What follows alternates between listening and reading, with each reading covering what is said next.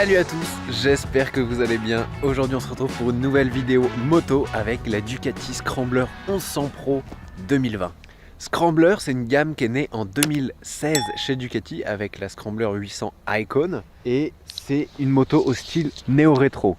Donc ça reprend un peu le style des café racers du passé, mais avec tout l'équipement et la technologie moderne que Ducati a pu apporter. La Scrambler, elle est disponible dans plusieurs motorisations. On a une 400, une 800 et une 1100. Là, on est sur la 1100, donc la plus grosse motorisation. Ce moteur, il n'est pas tout nouveau, hein. Il provient à la base d'un Monster, le Monster 1100. C'est un Desmo, ça veut dire qu'il a une distribution desmodromique. C'est un bicylindre en L à 90 degrés avec 2 soupapes par cylindre. Et ce moteur est refroidi par air et huile. Pas de gros radiateurs, pas de refroidissement par eau, ce qui lui donne vraiment une allure très fine, très étroite, très épurée et très classe. Pour le faire passer à la norme Euro 5, Ducati a dû castrer un petit peu ce moteur. Sur le Monster 1100, il faisait 95 chevaux et 105 Nm de couple. On perd 9 chevaux.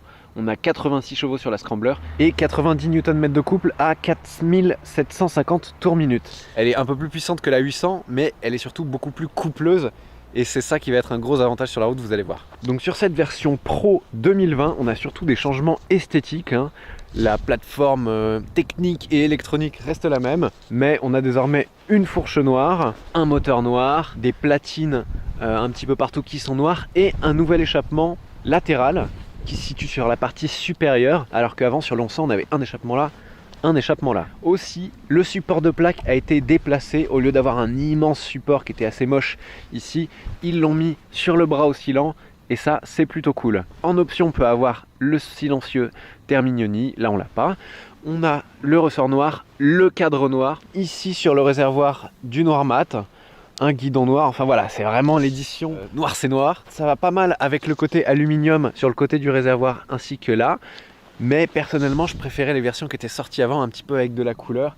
Là, tout noir, ça manque d'un ressort jaune d'amortisseur et d'une fourche dorée. Mais bon, si tu veux la fourche dorée, je prends la version Sport Pro.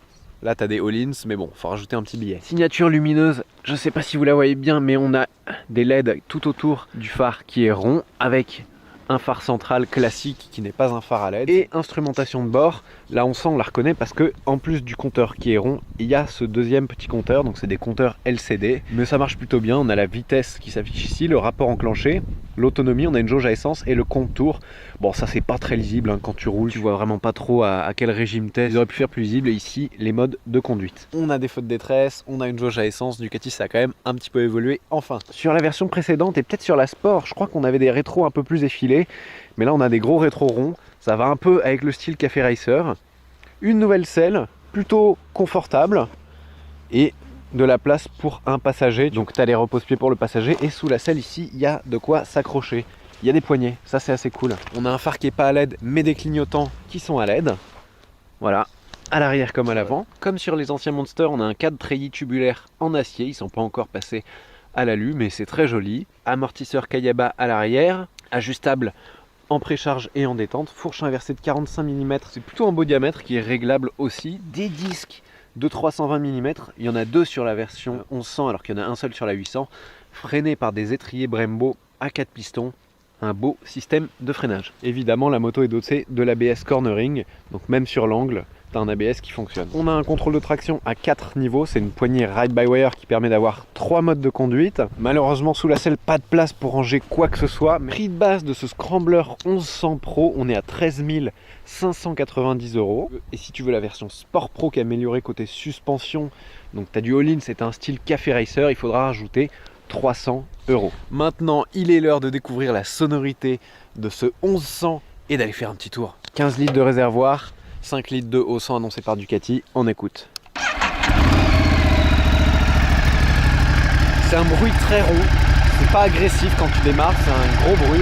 Donc il y a une belle sonorité là de l'échappement, il y a des bonnes basses qui sortent de cet échappement. Et ce que j'adore, tu vas voir la sonorité, c'est que c'est bam, bam, tu mets des petits coups comme ça et tu sens que ça fait comme ça vraiment.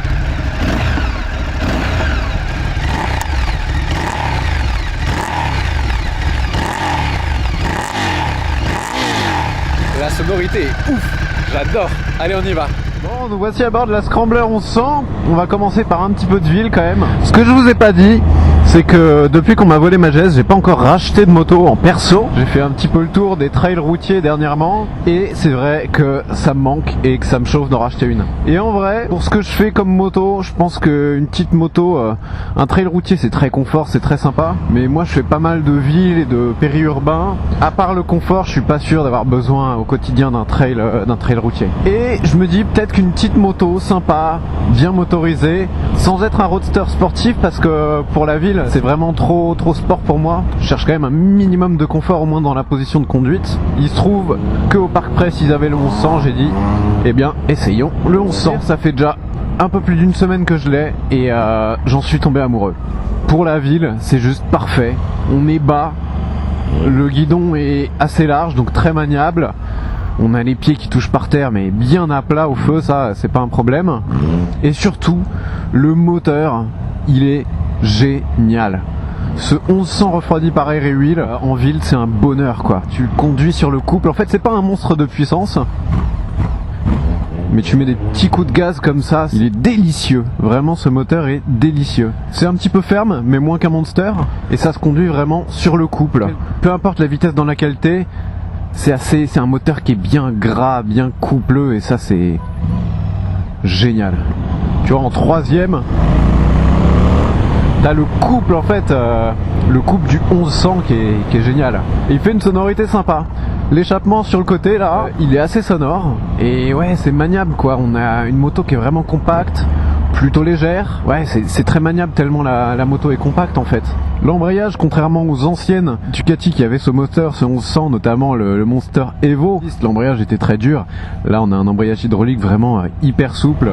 Pas de shifter sur cette moto, mais là où par exemple sur une 90 qui est beaucoup plus orientée performance je trouve, que celle-ci qui est plus juste plaisir. Sur la 90 je trouvais ça vraiment dommage qu'il n'y ait pas de shifter, alors que sur celle-ci, faire ton coup de gaz toi-même, passer tes rapports, en fait avec ce moteur ça fonctionne super bien. Le shifter il manque pas du tout. Et voilà, tu conduis en ville sans dépasser les 4000 tours. C'est génial. Ce moteur il est plein, vraiment ça le définit, ça il est plein et assagi par rapport au Monster qui le possédait. C'est-à-dire qu'en première etc tu peux mettre gaz, ça va pas être trop brutal. Je crois que vous avez commencé à comprendre que j'adore ce moteur. Et avoir autant de couple dans une si petite bécane c'est vraiment kiffant. Le seul reproche que je lui ferais pour l'instant en ville, c'est peut-être la dureté de la suspension arrière. L'avant ça va, ça encaisse à peu près les chocs, mais l'arrière c'est quand même assez dur. Du coup t'as l'avant qui vibre et ensuite t'as les fesses qui rebondissent un peu sur la selle. Oh, ça pète. Et quand tu veux, il y a ce qu'il faut. En fait c'est un petit jouet, c'est hyper facile à prendre en main. Je pensais que ce moteur 1100 allait être peut-être un peu trop expressif pour une si petite moto, mais comme il a été assagi, c'est juste parfait.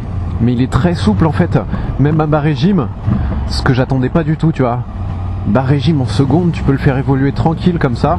Ah, nous voici sur une petite route. Enfin. Bon, je vous ai épargné la conduite sur autoroute parce que c'est pas le point fort de cette Scrambler. La position est très agréable, t'es assez droit en ville, etc. Mais le désavantage, c'est que sur route, tu te prends tout le vent dans la tronche. Il n'y a pas de petite bulle, donc vraiment t'as zéro protection, que ce soit au niveau du torse, du casque, des genoux ou des mains. C'est toi et le vent dans ta tronche à 110 km/h.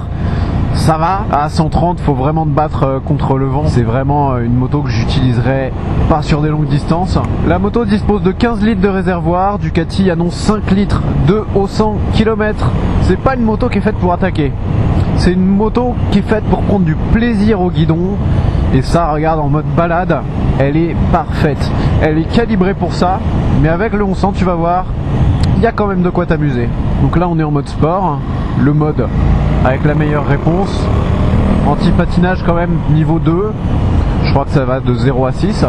On a quand même 86 chevaux. C'est pas la moto la plus puissante de l'année, mais en fait tout se joue sur le couple. La puissance est facilement apprivoisable. Et le couple en fait à mi-régime,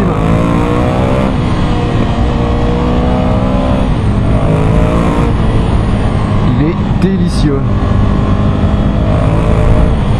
Et pour faire de la balade cool rapide, franchement, c'est une des meilleures motos.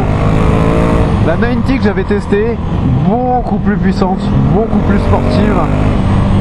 Presque trop en fait pour de la balade. T'as pas besoin de ce genre de puissance pour de la balade. Là ça reste apprivoisable, tu vois, même plein gaz. On n'en a pas trop, il y a juste ce qu'il faut. T'en mets une louche, ça décolle quoi. En quatrième,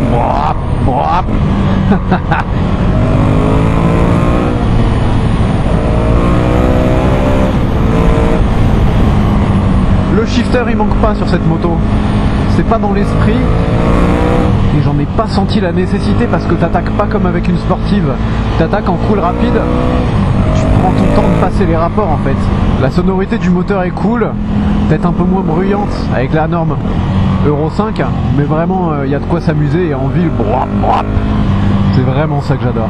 Tu peux la mettre sur l'angle, elle se lance moins sur l'angle qu'une 90 mais tu peux aller plus loin. Tu peux la mettre sur l'angle un peu plus parce que les cale-pieds sont un petit peu plus hauts, t'as pas les gros cylindres qui dépassent. Bon alors la 90 jamais tu vas faire frotter un cylindre. Mais tu frottes, ça m'était arrivé, le cale-pied assez facilement. Écoute ce son. Oh là là là, et c'est ça, en fait t'es à mi-régime à 4000. T'as tout ce qu'il faut, hein. Le couple il est à 4000, entre 4 et 5000 le couple max. C'est génial. Tu tournes les gaz, c'est vraiment pas une moto où tu vas envoyer le moteur à la zone rouge. Tu peux le faire et d'ailleurs il continue de pousser. Mais c'est vraiment là à mi-régime. Sur le couple, c'est parfait. Franchement, j'en suis tombé amoureux de cette Scrambler 1100. Franchement, c'est le daily parfait. Alors, c'est mieux quand il fait pas trop froid et c'est mieux si t'as pas de longue distance à faire. Mais cet ensemble moto compact bicylindre de 1100, il est juste génial. Allez, on écoute ça encore une fois.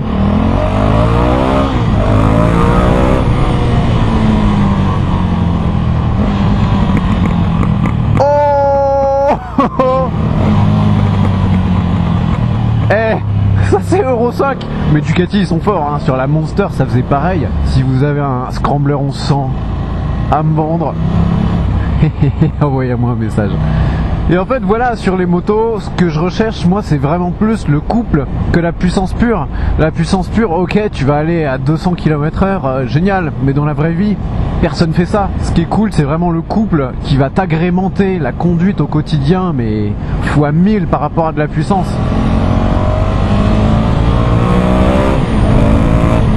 Celle-ci c'est pas la version sport, c'est juste la version pro. Il y a une version sport pro qui a des suspensions all-ins.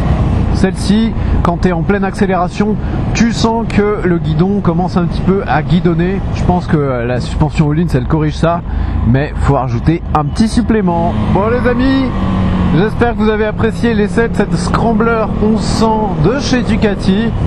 Moi en vrai j'en suis tombé amoureux, le bilan il est assez simple. Parfaite moto pour moi, pour de la ville et pour de la balade cool rapide.